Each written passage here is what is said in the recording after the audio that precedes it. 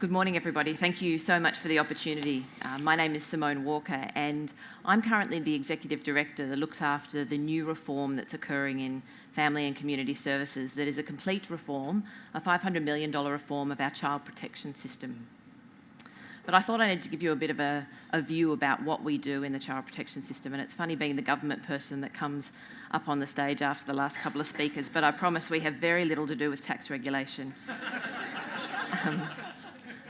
What we do and what we do have is extraordinary powers to be able to go into people's homes and see how they are looking after their children. We have extraordinary powers to be able to remove their children when children are at risk or when children have been injured or hurt. We work out if children are at risk of significant harm, and we do everything in our power with our partners, our NGO partners, and our other government partners to make their lives better. I call the talk Opportunity for Prosperity, and I noticed that child protection didn't make it onto the top 25, but we are a hotspot. And we're a hotspot because of the numbers that come into child protection, also the out-of-home care space. And when I say out-of-home care, these are, in New South Wales, 18,000 children. And when you think about the size of New South Wales, that's a large part of the child population. These are children who are unable to live with their parents because of the way they've been treated in their home or the inability of their parents to look after them, whether it be mental health or other issues. So all of those children live as part of the care system. Some of them get to be with their families, grandparents, aunts and uncles, sometimes cousins, sometimes siblings are caring for them. But the majority of the children are being cared for by foster carers or in residential services. So when I talk about the child protection system, I talk about everything from the child who someone at school notices that there's something not quite right and rings family and community services, all the way through to the child who spends pretty much from 0 to 18 as part of the care system.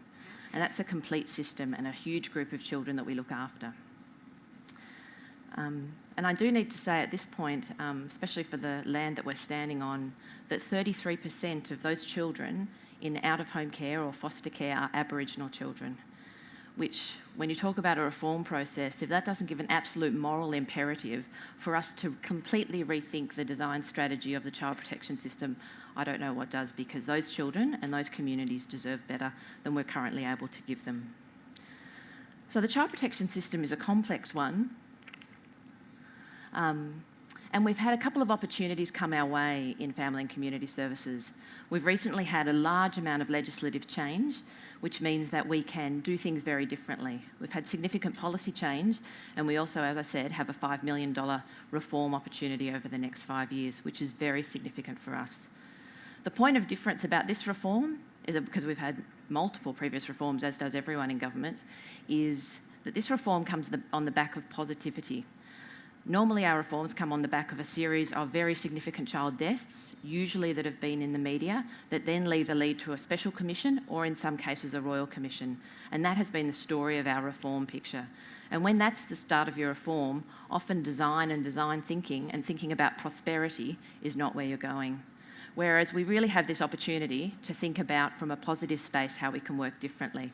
And that's why we've got the enthusiasm and the passion to make not just the reform different, but actually the process of reform different. So we're absolutely being pushed by our leadership to consider design strategy and co-design processes to make this reform work, which is part of the reason that I'm here today. So what is the problem we're trying to solve? You don't have to scratch the surface very hard to see what the problem is. As I said, we're a complex system, and sometimes the numbers tell a story. Certainly the children's stories tell you what's going on. Now, without going into huge amounts of detail about what is a very complex system, I just want to point out a couple of numbers to you. So every year in New South Wales, we get calls about 246,000 children to our child protection helpline. We have one door come into the system, and it's the helpline, so picking up the phone and ringing. And if you ring to report a child, you'll probably spend about an hour on the phone with someone who goes through an incredible amount of detail. Interestingly, 141 of those calls are for children who are not at risk of significant harm. The story that number tells is something about community, where community still thinks that child protection is only the business of family and community services. Again, when you're thinking about design and designing a system, what do we need to do differently to think about the community understanding the responsibility and being prepared to hold some risk around things that they feel uncomfortable about. So when you see things happening in the neighbour's yard that you think it's not quite right, sometimes it's worth knocking on the door and maybe offering a hand, starting a conversation that direct to the authorities in a lot of cases is not the first step. It's about that community sense, and that's the work that we want to encourage in schools and in health facilities. But to go back, 104,000 of those reports are for risk of significant harm reports. And this is significant harm. So these are children experiencing physical abuse, sexual abuse, emotional neglect, and of course long-term neglect, of which we're seeing a lot more cases of just chronic neglect in families where 3 generations have not worked, where there is intensive drug and alcohol use, and very little education. So that actually translates 104,000 to 64,000 children that we need to know about. So these are all children who've hit the bar, who all need assistance. This is where the problem comes in, and this is why we need to change the system. Of all those children, the only children we get to is 28% of those children. They're the only ones that we do a face-to-face assessment with, because our system is bureaucratic, it is compliance-driven, it is risk-averse, and it really pushes against getting out there and spending time. So the blighted number there, the 17,981, it's something that, as much as I am passionate about child protection, I still feel sick when I see the number, because 28% is not morally acceptable. And when you see the cases that we don't get to, again, not morally acceptable. As the numbers flow through, we get 3,200 kids that come into care each year. So these are kids that will stay with us, usually till they're 18. We have lots of opportunities with the legislative reform to think about other things other than out-of-home care. Things like guardianship, and in some cases, for some children, adoption. The one thing that when you think about a system, when you look at this diagram, is the system only really travels one way. Once you come into this system, there are not many opportunities to leave it. And so from a design point of view, this is what we need to be thinking about. Where is the diversion? Where are the opportunities to get out of the system? Because I have to tell you, kids being in long-term contact with community services is not good for their health, because they're only heading one way. We know that once you're in out-of-home care, that your chances of educational and wellbeing outcomes are absolutely significantly lower than your peers. So we want to divert children. Our aim is to keep children in healthy families, and that's what we'd much prefer to do.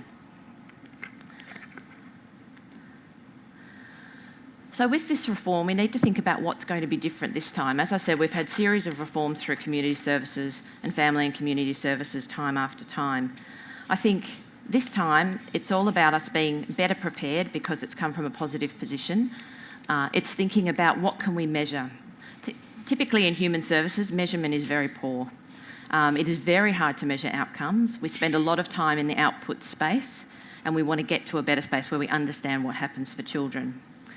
This time we're going to drive it locally, and I'm just acknowledging my partners from Second Road in the audience, that we're spending time in local districts with local agencies and our local people in family and community services about, for example, yesterday, what's going to turn the curve in Central Coast. The Central Coast of Sydney is a very particular geographic area. It has the highest population of young mums pretty much in Australia, and we have mums, certainly in the community services space, that are having babies from 12 and up. And we also have families where we are not removing their first child, we are removing their 9th child after having removed every child before then. So even if there isn't something significant we can do in that space, I don't believe it. So that's why what we want to do is sit down with the local people, the local services, and think about what is it? What is it about getting to those young mums that we need to do differently in that space? Because if we just think up high about how many kids we can see, we're going to miss that level. So that's why this reform process is going to be different. It's going to be looking up high at the measures, certainly the measures we need to demonstrate to Treasury and the government about what we can achieve, but also on the ground. What are the measures that we're looking for locally? We're going to be using the principles of design to do this, and we're also changing our accountabilities.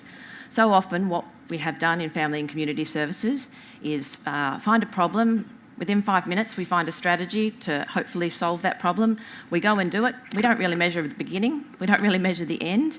Although we have a sense it's not working, in government sometimes what we do is we just keep doing it, either because we've invested in it and we don't want to waste the investment, or we don't know what else to do. And I absolutely believe that design thinking and design strategies are going to change that through this process.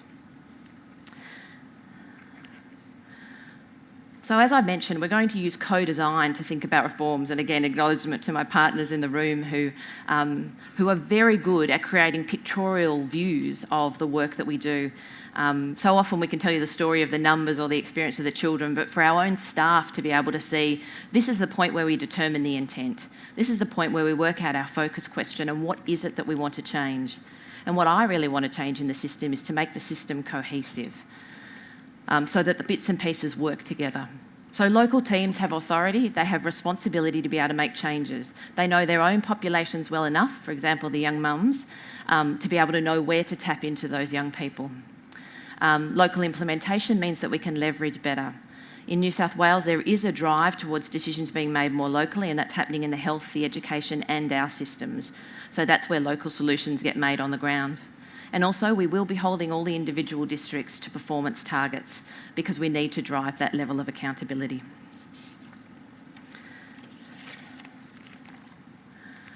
So what does success look like in this space?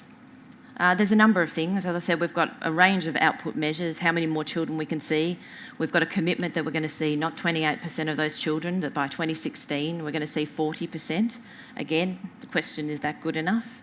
We're going to look for real alternatives for kids that go into foster care and out-of-home care. But for me, the real measures come down to, are the kids going to have a better outcome? So if you can't live with your parents because they can't support or sustain you, are you able to eventually get the best educational outcomes you can? Will you go to the university? Will it even be on your radar? That's the sort of things that I want to see work differently. I want to know that kids that are coming into care, and neuroplasticity was mentioned earlier, that we're doing everything that we can to use the elasticity of the brain to change their brain back to its potential. Because for so many of our kids who've experienced neglect, even in the very earliest brain scans that they have, there's already significant deficits that they're showing. So what else can we be doing for those children? Because we talk about the prosperity and the need for people to be able to work in this country and work effectively and contribute. This is a huge part of the population that currently is not on the track to contributing, and we want them to, as much as they want to as well. Other measures of success, what I want is for child protection workers in family and community services, when they get in a taxi and the taxi driver says to them, "What do you do?" instead of saying, "I work at the local restaurant," I want them to say they're child protection workers. Because we know from staff surveys, it's the last thing that people want to tell anyone. Because what we see in the media about family and community services is usually the bad. The good stories are there, but they certainly don't make good stories in the media. And so it's about instilling the passion and the pride in the people. And we absolutely know from behavioural studies that getting them involved in those early decision making, so for example, spending time with the workers on the Central Coast about how it's going to work differently for them, is the key to growing that passion.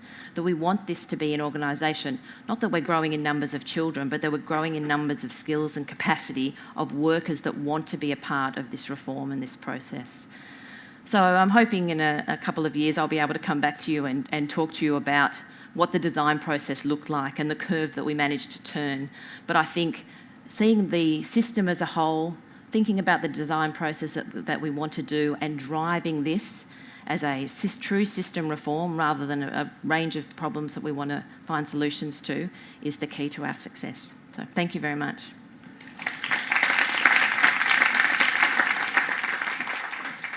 Great, thank you, Simone.